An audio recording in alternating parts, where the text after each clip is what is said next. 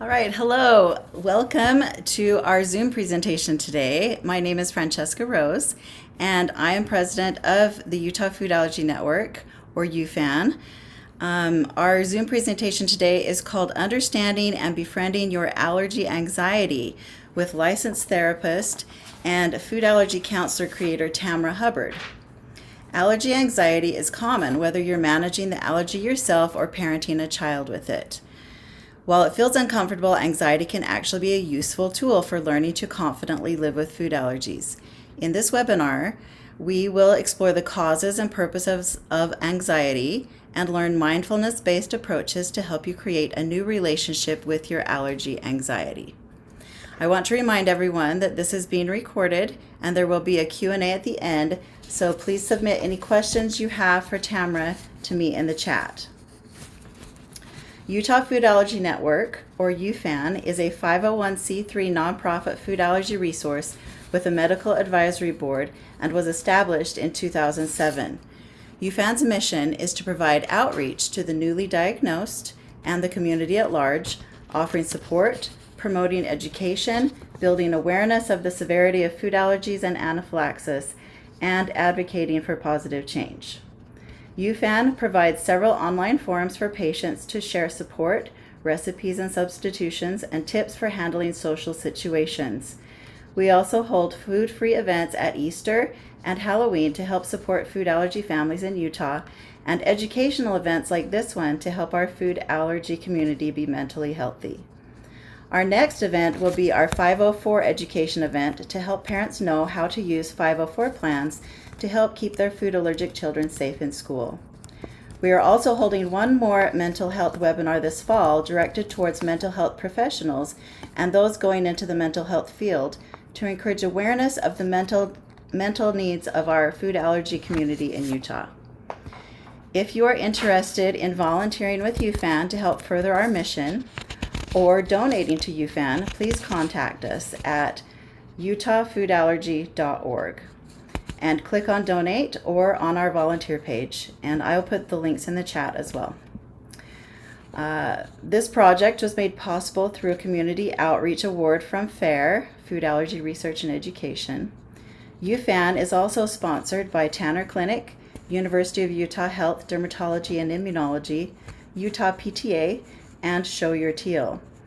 You should have received links to our sponsors' websites in your confirmation email. I encourage you to look at their links and support them as they support our Utah food allergy community. And I would like to welcome Tamara Hubbard from Chicago. She is presenting to us today. Tamara is a licensed clinical professional counselor and is a family therapy trained licensed therapist in private practice in Chicago. As the creator of the Food Allergy Counselor Directory and website, she has developed numerous internationally known allergy psychosocial resources, including the Food Allergy Counselor Directory, Exploring Food Allergy Families podcast, and therapeutic worksheets for allergic families and allergy patients. Additionally, she started the Food Allergy Behavioral Health Network to help allergy-informed clinical therapy providers connect and strengthen the allergy counseling niche. We are grateful for her expertise and her willingness to speak with us today. So Tamara, the floor is yours. Thank you so much. We're going to be a small little group here today, but you know what, for anyone who's going to watch this back, they'll get a lot out of this as well. So don't hesitate to, since we're such a small group anyhow, pop some thoughts or questions in the chat as I'm presenting. Since I'll be looking at my slides, I'll have Francesca take a look at that. And if there's anything that is relevant or a question or a comment, because we're a small group, just kind of interject and let me know. Okay, so with that, I'll share my screen and see if I can do this without tech issues myself. Let's start from the beginning. And that is not the first slide. So let's get to the first slide.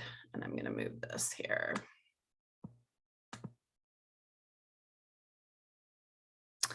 Now, hang on a minute. I'm having an issue. So let me stop sharing.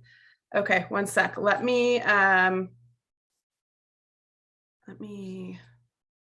for some reason, it's not letting me share. It's telling me I have to, I think I'm logged in. I'll have you, Francesca, I'll have you hold the fort for a second while I just get this sorted.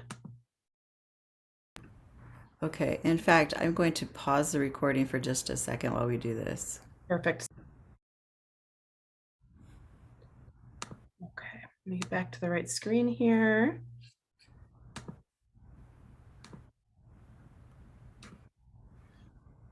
All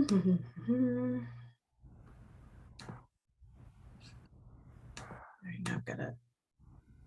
Okay.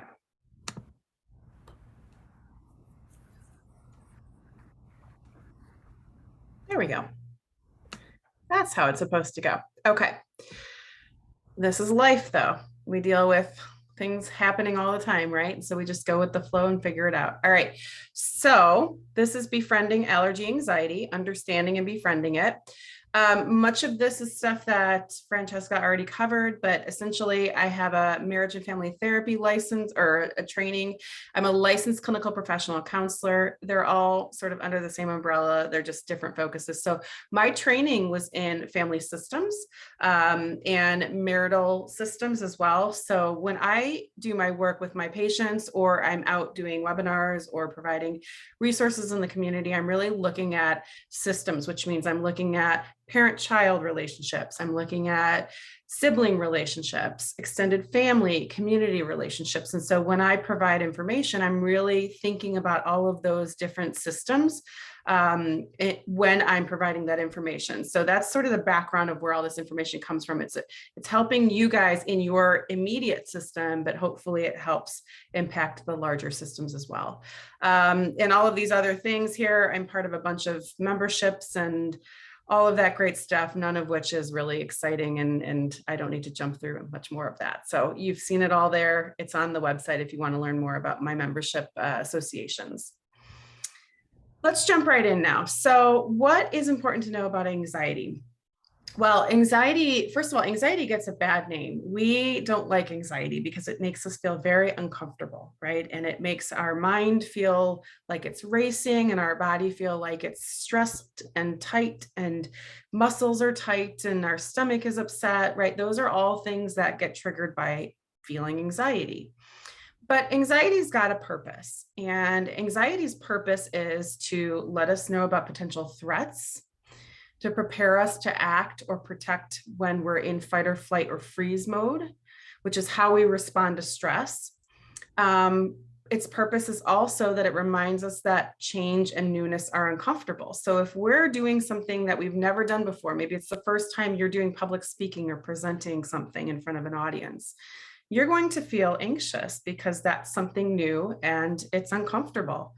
It also signifies when something's important to us. And I think that's one of those purposes that gets lost in translation, right? We tend to focus on anxiety's purpose as it relates to risk, as it relates to feeling uncomfortable, as it relates to a potential threat, but we don't really focus on the fact that it actually can also signify that something is really meaningful or important to you. And it can motivate us to take action or work towards goals. Now, one of the things I didn't mention at the first bullet point, but I want to go back to, is that anxiety can be our overly helpful friend. And what I mean by that is, it's anxiety is a useful emotion to have. If we go to a four-way stop, it's that feeling of, oh, something bad could happen. I need to look all ways to make sure it's safe to cross the road. So it's a useful skill, but sometimes it works too well and it kind of tricks us into thinking something is unsafe when it's not. So we'll come back to that thought. And then more about anxiety. It often includes, as I said, uncomfortable physical sensations, which then can trigger panic, especially if we're dealing with the allergy community, where we're really hypervigilant on sensations in our body because we could interpret them as being an allergic reaction. So that panic can make us think that we're having an allergic reaction. We often interpret these physical sensations as dangerous, but they're not. So if we did have a panic attack, let's just say, that's not going to lead us to pass out, actually, and it's not going to lead us to have our bodies shut down, but it may feel like that's what's going to happen, and that then triggers even more anxiety and panic. And anxiety is part of life. We really, truly cannot eliminate it. So we need tools to manage and navigate it. And then anxiety can become problematic when it clouds our thinking and impacts our daily functioning. So those are the basics that's important to know about anxiety. Now let's step right into, well, what does that anxiety do with our mind? What does our mind do when we have anxiety or anxious thoughts present? Well, the main anxiety triggers are uncertainty, unpredictability, and ambiguity. And if I don't know if you guys would agree with me, but I think uncertainty, unpredictability, and ambiguity, or a lack of clarity, kind of describes living with a food allergy. So we're not surprised that when we manage a food allergy or allergic condition, we feel anxiety, because those are the triggers right there. How does that anxiety impact us? Well, it increases our perception of risk. So that means when we feel anxious, we feel like there's more risk. It decreases our ability to believe in our own skills and ability to handle that risk or that scary situation. It gives us emotional and physical stress, and then it usually will lead to us to over avoid or be really rigid with our rules, right? If we feel anxious somewhere, we just don't go to that place anymore because we didn't feel safe or comfortable there. So we're just going to eliminate that, right? Again, increased risk of perception of risk, meaning we think that things are going to be more risky. Maybe they are, maybe they're not, but that's what we're thinking when we're anxious. And we don't have the skills or tools, a decreased ability to believe that we can navigate that stressful situation. So again, our mind feels anxious. It's triggered by uncertainty and unpredictability. We respond by feeling the ways that I just talked about. What is the mind's goal when we're anxious then? Well, it wants safety. It wants stability. It wants answers, reasons, things to blame. It wants to get back to predictability and certainty. It wants to be on solid level ground. And so how do we get there? Well, we create assumptions. If I feel anxious at that place, I need to avoid it. We develop rigid rules like I talked about. We assign self-blame. My child has an allergic condition or a food allergy because of something I did or didn't do. There's that self-blame, right? We need an answer. There's our answer, whether it's accurate or not. And that then leads to unhelpful thinking patterns. So you can kind of see how feeling anxious leads our mind to develop these unhelpful patterns that most of us live with on a daily basis. So what's the goal with anxiety and with allergy anxiety? Well, the goal is to find what Dr. Ruchi Gupta's team, the Center for Food Allergy and Asthma Research, came up with, called the Goldilocks Principle. And essentially what this image is telling us is that we want to find that just right balance between quality of life and food allergy related anxiety. And I want to make sure that I emphasize the fact that that is going to look different for every family. So we'll see a lot of advice given in these online support groups, and it's wonderful. But I think it's important for everybody to understand and remember in those groups that advice that might be given by one person may not work for another person, right? How you navigate your allergy and how you navigate your allergy anxiety is going to be different. So when you start thinking about that just right approach, you need to think about it in terms of what works for you and your family, right? We don't want to be having an adequate allergen avoidance where we're having tons of reactions all the time, right? We're just always reacting. And we don't want to be so hypervigilant either on the other side of that curve, where we are limiting our life and we are keeping ourselves from doing important things and growing and letting our kids grow and become independent human beings as well. So we really want to find that balance. And that is what hopefully some of the strategies and tools we'll talk about today will help you do, or start to do, at least think about doing. So common strategies for anxiety management tend to focus on trying to control or stop anxious thoughts, distracting ourselves from these anxious thoughts, reality testing our thoughts, which is asking how true or accurate are they. And those are more cognitive behavioral therapy strategies, or CBT. You might have heard of that. It's an evidence-based approach to anxiety, and it's a wonderful approach. And I actually think it works really well with kids and young teens. But I'll ask people, what happens if that doesn't work, right? What if your mind doesn't want to stop thinking about these anxious thoughts? What if distracting ourselves with our favorite TV show doesn't stop them? What if the anxious thoughts are realistic or could come true? And allergy is another example of that, right?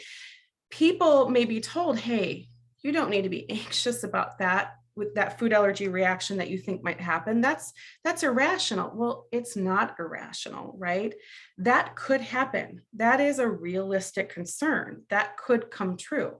What I will say to people is, it's not irrational, but maybe we can bring it down a notch or two. We can turn the volume down on the anxiety that you're feeling, or we can bring it down a peg or two so that it's not quite so intense. So language matters, which I'll get back to later in the presentation. And there are different ways to approach anxiety, which brings us to the title of today's presentation, is what about befriending our anxiety? So the background for this approach that I kind of put together in a package is it's based on acceptance and commitment therapy. And so acceptance and commitment therapy, or ACT, is an offshoot of cognitive behavioral therapy, or CBT. It is also evidence-based when it comes to anxiety. It's been helpful, a therapeutic approach for parents, for chronic illness, for chronic pain. There's tons of studies out there to show how important and how helpful ACT can be in these communities. And the basis of ACT therapy is that we basically have to accept the fact that as human beings living life on planet Earth, we are going to have a whole range of emotions, including anxiety. When we love somebody, we're going to feel pain. When we are brave, we might feel scared.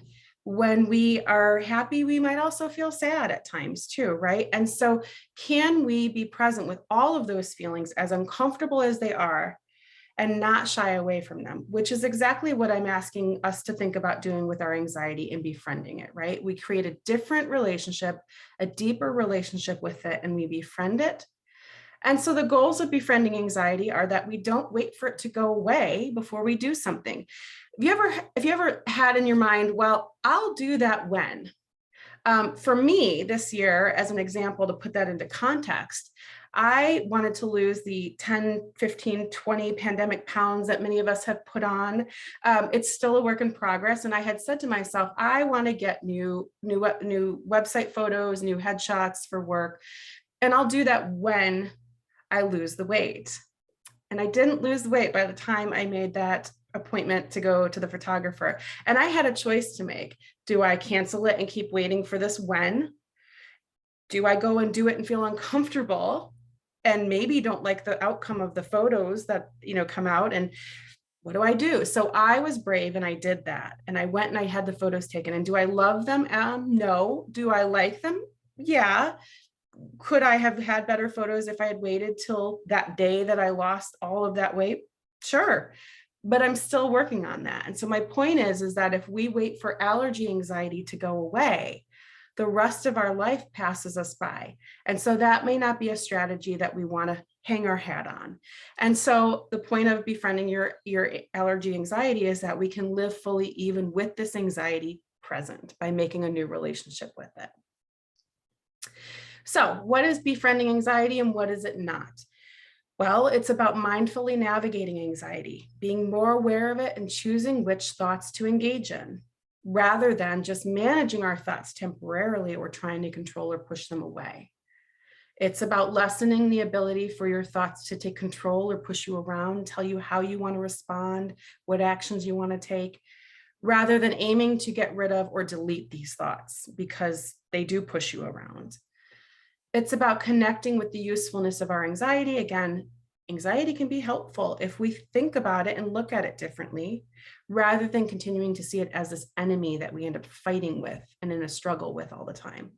And it's about changing our outlook to a growth mindset or learning to navigate discomfort rather than staying stuck in a fixed mindset with, I can't do this or I can't change this thought type of a mentality.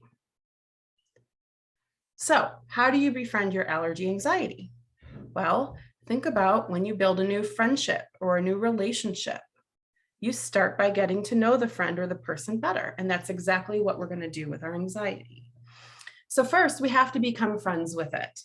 We have to learn what's at its core, what makes it show up, what makes it tick, what makes it grow. So, what's at the core of your worry or of your fear? Is it that there'll be an anaphylactic reaction, which many times is at the core of an allergy family's fears or allergy parents' fears? What does your anxiety want you to know? Does it want you to know that it's important to prepare? So maybe you need to go through your checklist before you go to a restaurant instead of rushing out the door, because that would help you feel better. When does it show up most? So what scenarios, what situations, what new experiences makes your anxiety show up? How does it impact you on a daily or regular basis? And maybe it doesn't. Maybe it's just certain scenarios. But again, getting to know when it shows up, how it shows up, in what ways. When does it feel the most overwhelming? Does it feel the most overwhelming when you're not prepared, when you're rushing, when you're trying to be spontaneous, when you're doing something new? Again, if you're doing something new, like traveling for the first time with allergies, that is going to feel uncomfortable. That's brand new. That's appropriate for anxiety to show up for, because it's something you're not comfortable with yet and you haven't built confidence. And then what assumptions do I make about having anxious thoughts? So that's important to think about too. Next, you need to learn how it feels for your body and your mind to feel anxious. And we call that our internal experience. So our internal experience includes our physical sensations, our mind's sensations, the way that our mind racing when we're anxious? Is it slow and maybe stalled? So I'm not able to think of anything. I'm more of a freezing mode. And then what happens to your body? Again, when I do work with allergic individuals, they will tell me that sometimes they can't tell the difference between what they interpret as an allergic reaction and anxiety. And so this image that's on the screen right now is from a peer of mine in Australia who has a similar handle, a similar name as mine. And this is Simone Albert's image from her book. She actually has a book out, and I think I've listed that in the resources. If not, I'll make sure to get it to you. But what it shows is that there can be an overlap in what we feel in our body between anxiety and anaphylaxis. And so what's important is, I'll tell people, take the food piece out of it, right? If you know that you're in a situation and it's making you anxious and you know there's been no food or no exposures possible, look at how your body is responding to the anxiety, right? If your child doesn't like public speaking and they have to give a presentation, notice how your body feels. That has nothing to do with food, but we're still feeling anxious. And so keep track of how your body responds to anxiety and make a note of that. And if you've had an allergic reaction, make a note of how that feels different from when you had an anaphylactic or allergic reaction. And if you haven't had an allergic reaction in a while, or one that you can pull from, just keep track of how your body feels when you're anxious. That way you don't automatically assume that it's a reaction. It could just be anxiety present in your body. So then we need to learn what makes our friend anxiety more manageable. And I actually recommend making in our minds, making this anxiety, this anxious feeling that is overwhelming, into sort of like a person. I will tell my patients, so like, let's give it a name. And is it loud? Is it like a child that's screaming in the background?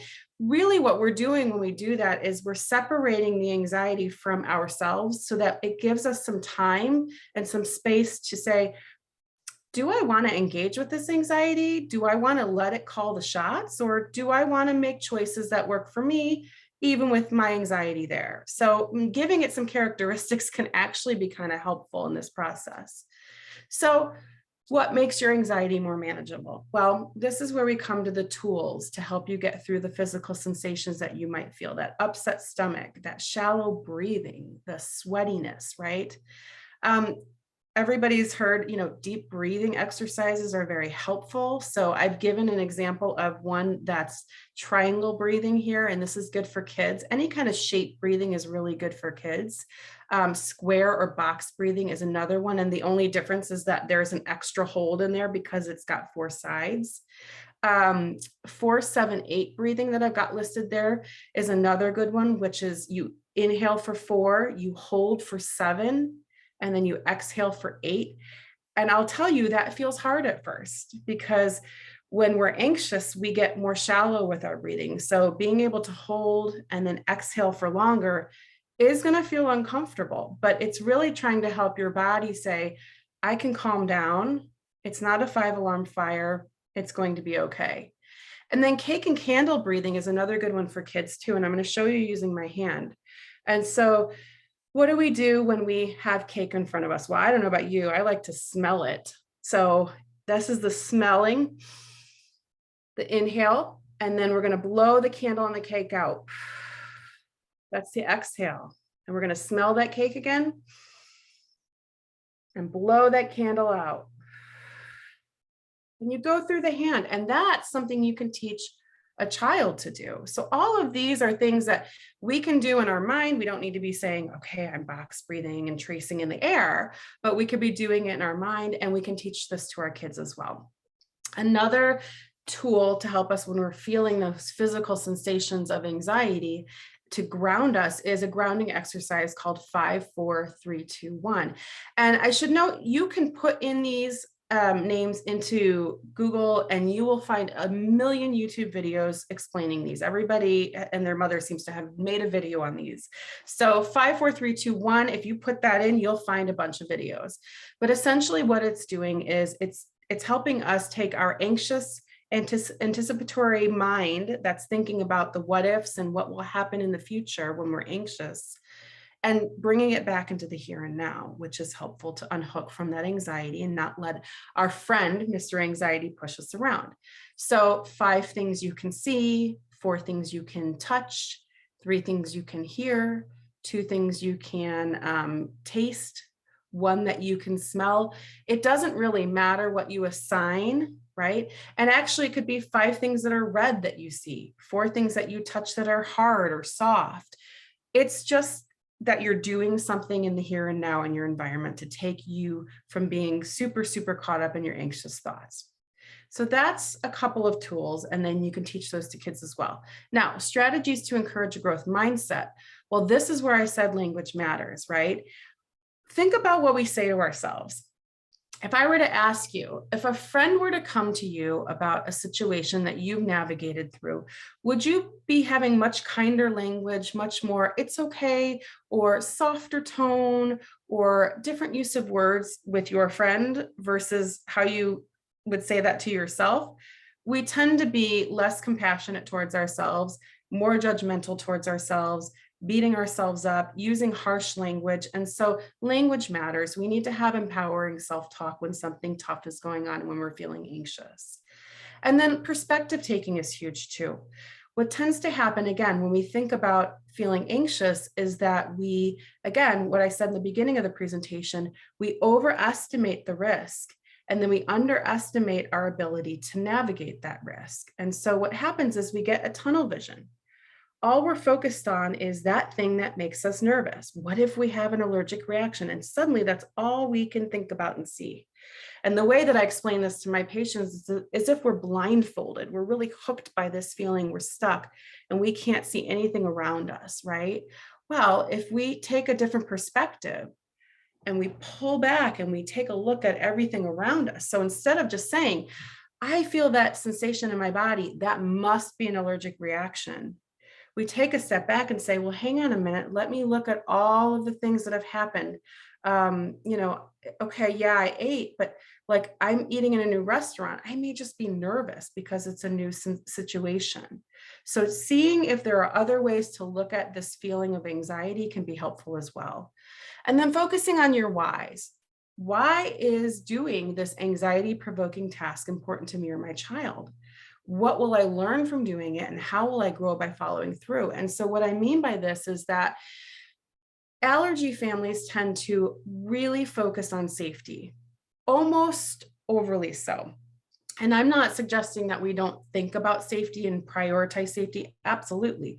And what you'll see on a future slide is that we can focus on safety and doing other things. And so rather than, again, like I said in the beginning, avoiding that restaurant because last time we went there, we felt really anxious about it. Can we push ourselves with using our tools that I've noticed here, or ones that we know work for us? Can we push ourselves to do things that make us anxious and push us outside of our comfort zone to grow and learn that, hey, we can live life with this allergy anxiety and not let it stop us from growing and having new experiences and teaching my child how to live with their food allergy?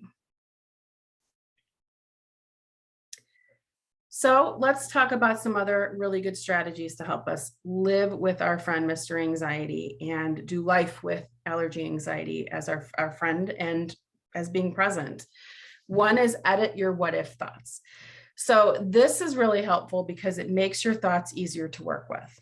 And so what I'll say to my patients or to people in the community is, instead of just hooking into that what if an allergic reaction happens? What if we get, travel somewhere and we can't find safe food, right? That tends to bring us down the spiral of anxiety and get stuck in that and really sit in that struggle. But if we change it to an if this happens, then I will do, that helps us focus on what we will do, what skill we will use, what action we will take. And it might give us a different perspective that it's not just a what if, something can happen. So the example I have here is, if a reaction happens, then I have my epinephrine and emergency action plan to keep me safe. Sure, we may not feel comfortable about that then part, right? None of us want to use our EpiPens and have to go to the emergency room. But if a reaction happens, that is what we'll do. And reminding ourselves of that can help get us out of that struggle with the what if thought. What if there aren't safe foods? Well, there may not be safe foods, but even so, I can still have fun with my friends, right? So it's taking it from what we call an all or nothing thought and changing it into something that's much more workable to get you out of that struggle with anxiety. This is something I referenced earlier and said we'd come back to. This is another strategy. I call it using the power of and. And so I refer to the fact that allergy families and individuals tend to focus only on safety. And so the narrative in our mind becomes safety or insert something else. So safety or being able to travel. If I want to be safe, I can't travel. Safety or connection. If I want to be safe, then I can't go to the birthday parties or the family gatherings or the church functions, right? But language matters. Let's change that or to an and.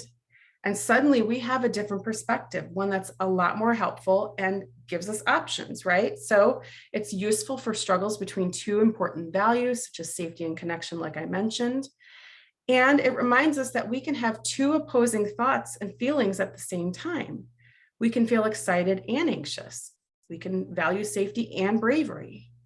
We can feel confident and have imposter syndrome, right? There's flexibility in our thoughts that backs out of that rigid thinking that we tend to have when we're anxious. So the next time you feel like you're not sure if you can do something safely, use the power of and. How can I be safe and do this thing that we've been looking forward to, rather than backing out, being rigid with my thinking and thinking in terms of or safety or this thing that we've been trying to do. And then this is a strategy for when we're really stuck. I mean, really, we can use it anytime, but I find it really helpful when we're stuck with any emotion. We're really stuck in a struggle. It could be anxiety. It could be, sadness, grief, being overwhelmed, where we're really stuck and we just can't figure out our way forward. So this is a problem-solving strategy that was created in the 80s by a couple of psychologists, and it's called the IDEAL method. And you'll see it's called the IDEAL method because I stands for identify the problem, D is defining the goal, E is exploring solutions, A is acting on it, and L is looking back.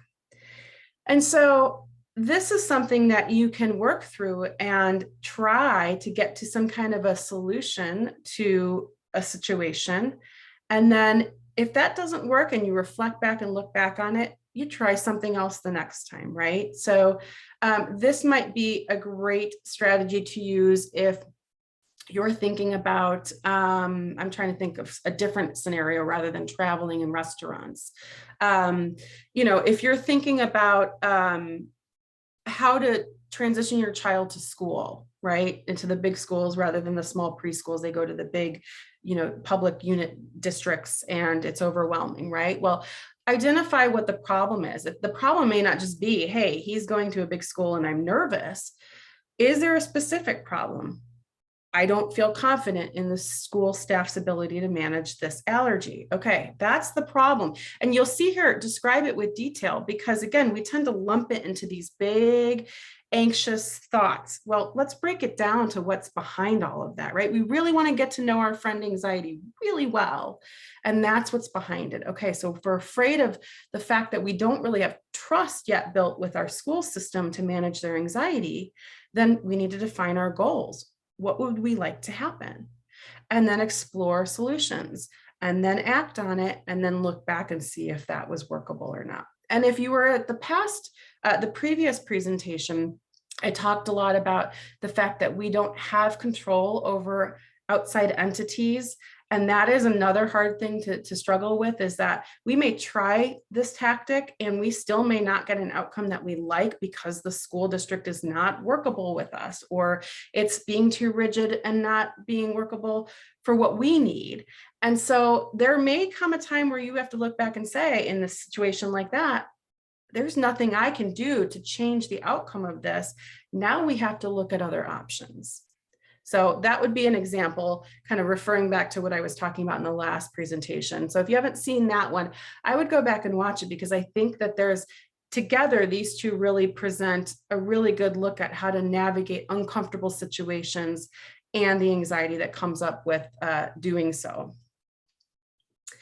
So when might you need additional support? Well, I'm a proponent of therapy all the time. I think it's good for proactive, we can proactively get to know ourselves and learn new tools. But if you are, managing this allergy anxiety and you're noticing it's coming up more often, it's moderate or severe, present most days, impacting your ability to get through your day, it's keeping you from doing things you want to or making the life and living the way you want to, it's causing distressing symptoms or thought patterns, you're noticing a lot of physical sensations of anxiety popping up more days than not, it's leading to the development of unhelpful behavior patterns. So it might be, as parents, we're avoiding a lot of situations where our kids could grow and learn to live with their allergies themselves, but we're anxious about it, so we're keeping them from that.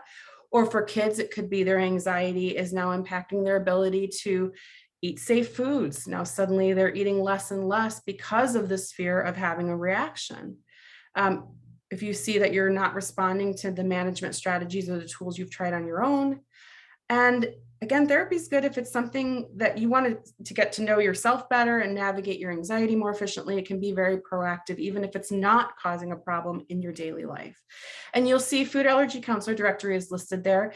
Those are allergy informed therapists. So obviously we understand allergies and allergic diseases, and we provide therapy. Most of us offer telehealth, but the thing I'll say about that, which most people don't realize, is that Unfortunately, in the behavioral health fields, that doesn't mean just because we provide telehealth, we can work with anyone anywhere. So we can only work with somebody who is physically present in our state at the time of our sessions.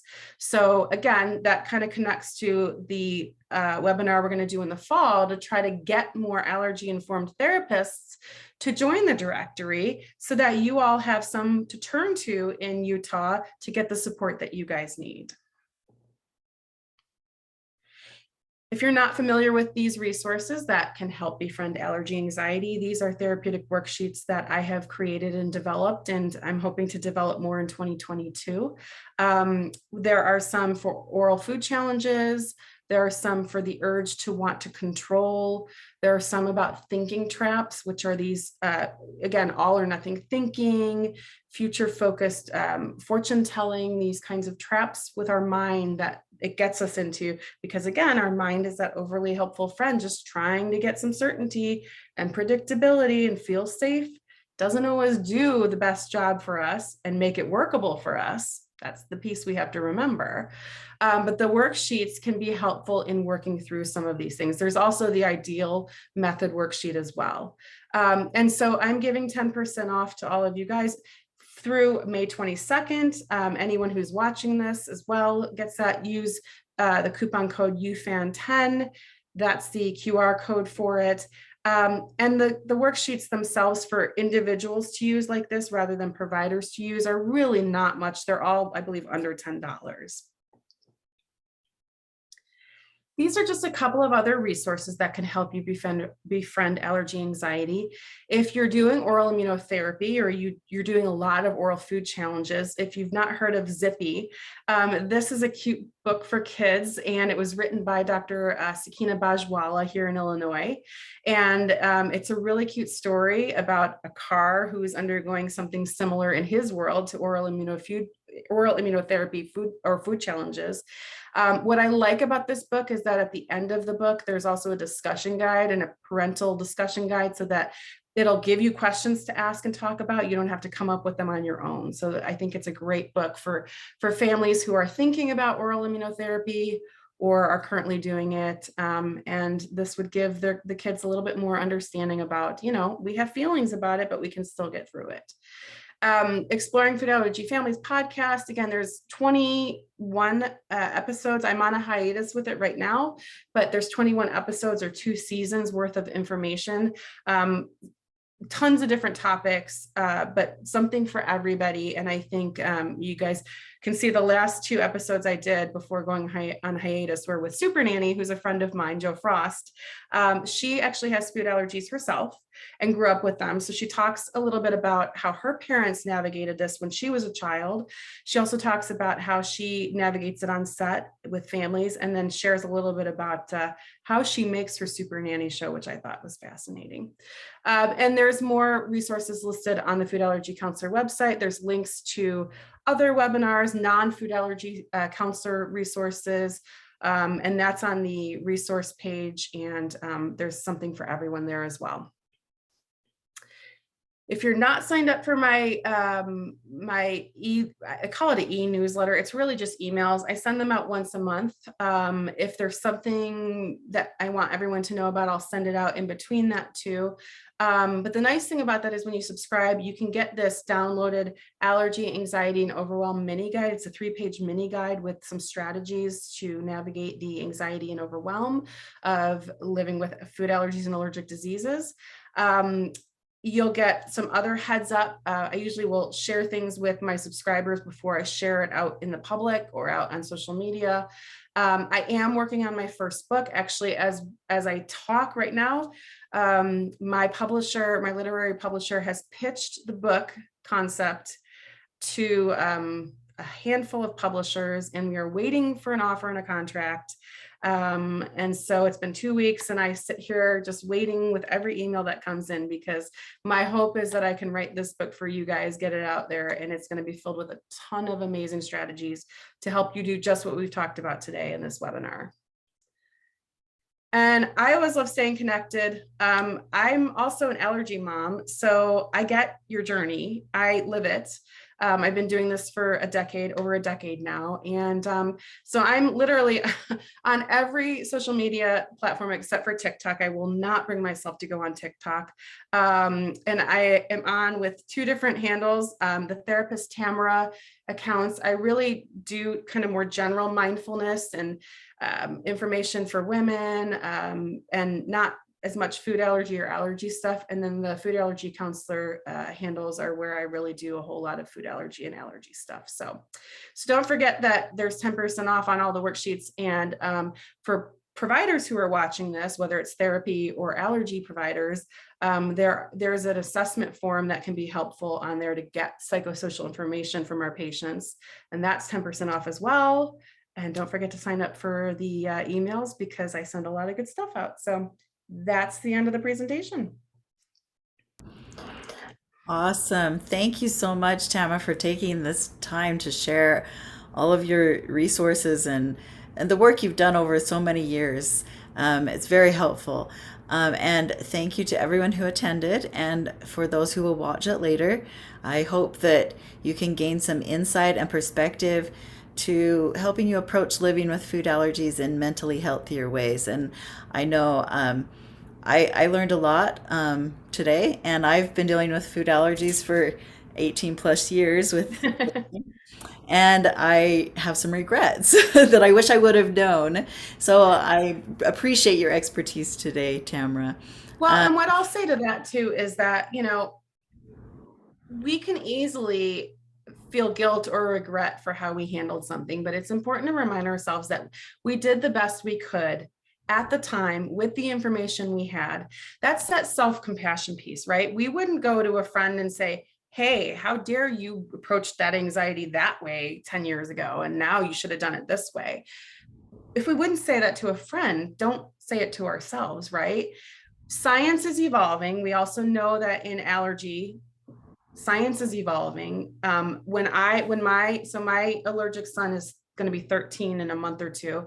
And again, the advice then was, you have a peanut allergy, you avoid all the other nuts, right? And then the LEAP study came out and everything changed.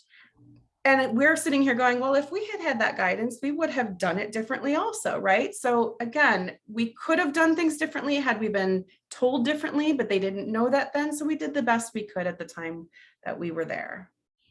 That's true. That's true. Well, I think this is fabulous and helpful. I don't see any questions in the chat. So I think we will go ahead and end the recording. I have a question. Oh, there's a question. Yes. Hi, Tamara. Thanks for the presentation. I think it's really great that you're applying these anxiety coping methods to allergy. I think it's long overdue, and I really enjoyed your presentation. I did have a question for probably a lot of people who are listening to the recording.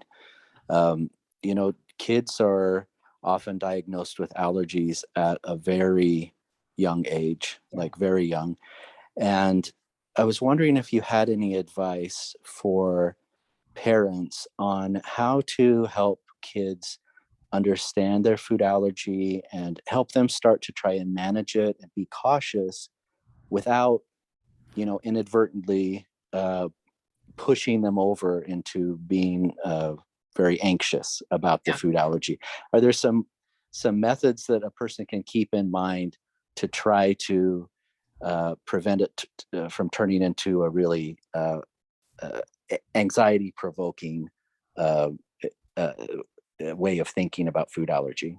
Yeah, you ask a really great question. And that's a question that honestly comes up all the time. And so before I go into kind of sharing some of it, I will share that I just created a brand new tool called the 6 Stages of Allergy Parenting. And so that's on the blog. I shared it last week. I did a pre-Food Allergy Awareness Week launch of stuff because I knew that you guys would get inundated during Food Allergy Awareness Week with so much, so I didn't want it to get lost in the shuffle.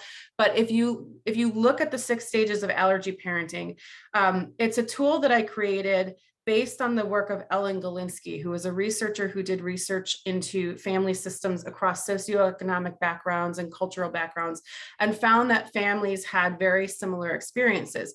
And normally we look at the child development stages, right? We look at like, okay, our child is this age, this is what they should be doing. Then they're this age, this is what they should be doing. But this is actually a look at what parents should be doing. And so the tasks that we as parents should be focused on for each stage of our allergic child's development.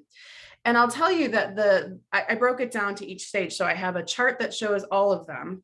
And then I have it broken down to each stage in one of the recent blog posts on the Food Allergy Counselor website. But it really focuses more on, instead of okay, teach them this term, teach them this at this age, which you can find on a lot of the advocacy organizations' websites, right? Like tools to teach them, books to teach them with. It really focuses on the emotional piece, because I think, to get to the answer to your question, we render ourselves not helpful enough or too helpful with our own fear about teaching them about their allergy too quickly or not quickly enough. And this idea of, the question I get all the time is, when do we tell them that it can kill them? And so my response to that, much like allergies information from the allergists and what I've told today, is it's not all or nothing. I can't say age 7, we tell them, hey, by the way, this is really serious, you could die. The advice that I give people is, you need to know your child, and you need to know your child's anxiety level already in general, how they manage new experiences, new information, their own anxiety in other situations. You need to know how responsible and mature they are before you tell them. And you need to know what your goal is, right? So our goal of telling our kids that, hey, these allergies are really serious, is that we want them to take it seriously. But we don't need to tell them all of the details until they ask. We could simply say, hey, you know what? We need to take your allergy seriously, and here's the skills we need to teach you, and we need to learn together, because it could make you really sick. You could end up in the hospital. Your body doesn't like that, right? So these are for younger kids, right? Now, certainly by the time the kids get to upper elementary, middle school, it's worth broadening that language and having more of those kind of real conversations, and then bringing it into, so how does that look like when you're out with your friends, right? How would you keep yourself safe? Really focusing on the safety piece. And so that guide, the 6 stages of allergy parenting, kind of gives you a guide on, it tells you what kind of a role you're going to have when they're younger, and you're responsible for all the safety. You're the boss. When you get to these older ages, you're the coach, you're the guide. When they're out on their own, you're the spectator. You're stepping back with these young adults, as hard as it is to watch them navigate it on their own and not jump in and say something all the time, right? I saw someone, pop up and say strategies to teach their teen. Yeah, when you're dealing with teens with allergies, that's, quite honestly, the teen years are kind of like the toddler years all over again.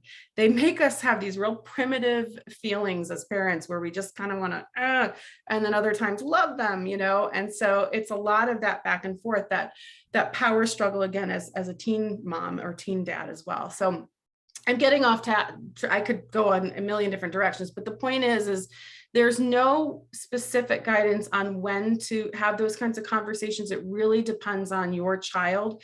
But again, each stage, each age that they're at, you're building for the next stage of tools that you're going to teach them. So keeping that in mind, the bigger picture, the bigger perspective is that we want to raise a confident, safe, young individual who lives life with their allergies. Well, in order to do that, we start when they're young, and we teach them what a peanut is or what dairy is. And we teach them what's safe and not safe by putting green on the things they can eat and red on the things they can't.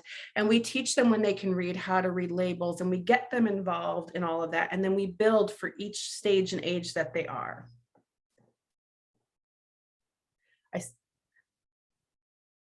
Okay, I see Alexa saying we did the "you're gonna die" when she was 3, and And now And she's 15. she's Yeah. sitting with me right now, and she's like, "Oh yeah, Mom, that was traumatizing. Thank you." Yeah, I'm sorry to set her up for, blaming you. But you know what, though? I mean, you know, but the fact that she knows now, right? She's 15. And I'm reading through the rest of the stages. I know the stages, that's something that I've been trying to work on for a while, because we need guidance as parents, when to say those things and when not to say those things. But, and that's the other piece. And again, we don't need to have guilt over this, because we were doing the best we could at the time that we were there. But it's our narratives that we have to watch too as parents, right? So one of the other things I've put out there, and again, this will be in my book whenever it comes out, Lord, please give me a contract. In any case, is there's common narratives that we have as allergy parents when our kids get diagnosed, or when we experience that first anaphylactic reaction that sends us down this journey of allergy life, right? And we have those narratives, this can't be happening, I can't do this, my kid is never going to be normal, all of these things we think about. And this then drives us to, and I apologize for the dog barking in the background. Shh. But it drives us to, one moment, I'm going to let him out before he, go away. Worst therapy dog ever, by the way. But it drives us to maybe say and do things before we probably should with our kids. And so we're doing it for the right reasons. We're having these conversations maybe a little too quickly, too early with our kids, but it's for the right reasons. It's to keep them safe. It's just that it's driven by our anxiety, which is why, all the strategies I try to put out there is that, can we separate a little bit more from our anxiety, so that we're not pushed to do things that don't feel like the right timing or the right way. But don't beat yourself up over it. I'm sure your daughter, knows you were just trying to do the best thing, and good. I'm glad. And to your daughter, you can totally, even with anxiety and OCD behavior, you can befriend your allergy anxiety too. Absolutely. And not let it tell you what to do. Thank you. You're so welcome. You're so welcome. Well, this has been fabulous. I agree. I think that sometimes as parents we aren't given the guides to help. I mean, when my daughter was diagnosed at birth, I didn't know anything about food allergies. Yeah. And they didn't even give me an EpiPen. And we didn't, I just kind of tried to navigate and do the best. I don't know, it was kind of crazy. But myself included. I mean, here I am, a therapist, and I'll tell you, I don't mind self-disclosing, when my son was going from preschool to kindergarten, the night before, I was on the floor basically having a panic attack. I had rendered myself so anxiously, just stuck, that bad things were going to happen. And so I've had to do my own work to get to a place where I can navigate this differently and help other people navigate it differently. And, we can all get there. It just takes time and practice. And that's one of the things that, why I love the work that I do, because I'm pairing these concepts we hear about out there, in mental health and behavioral health with allergy, because it really is a little different than if we, apply a general anxiety strategy. Well, again, it is a rational thought to think about an allergic reaction, but we don't need to let that thought tell us exactly what to do, right? It's just a thought. Thoughts don't happen. They're just words we put together to make meaning. well, and I also love your first couple of slides that talked about how every family's journey looks different. Yep, And absolutely. too many times we try to make our journey look like someone else's journey, and it's not. It's our journey, and it's different. And so, like you say, Yeah. I homeschooled for elementary school because I didn't want to deal with all that anxiety and deal with it. And I did a lot better when she was older putting her in school. But but I Well, and just again, it's getting to a point, and it's a choice. And this is why I like acceptance and commitment therapy. Again, not knocking CBT or EMDR, the other types of therapy. They each have their places for things. But I like acceptance and commitment therapy because it really focuses on choice. How do we, the term that I use is, instead of healthy versus unhealthy, is workable versus unworkable.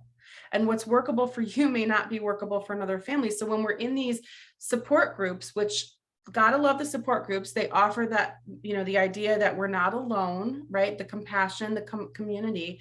But it's important to recognize that one person's outcome may not be the same, even if you have the same allergies. Their experience will not be the same as yours. They might have had different variables at play here.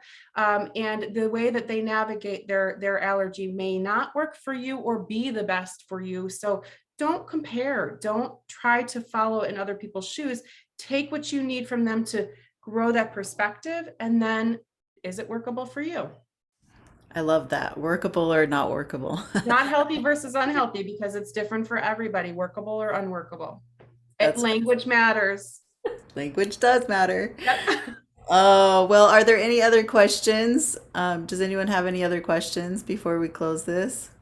And you guys can reach out. I can't give specific guidance because I'm not in a therapeutic relationship with any of you, but you certainly can reach out through the contact forms or social media. I'm happy to point you guys in the right direction or give you some general guidance or dialogue, whatever is helpful. Awesome. Well, you've been very helpful, and thank you so much once again for presenting with us. And we look forward to our next webinar with you, and hopefully we can grow the resources for counselors who are food allergy aware here in Utah. Anyway, so thank you so much for presenting, and appreciate your time today. And we'll end. Thank you so much. Thanks for having me.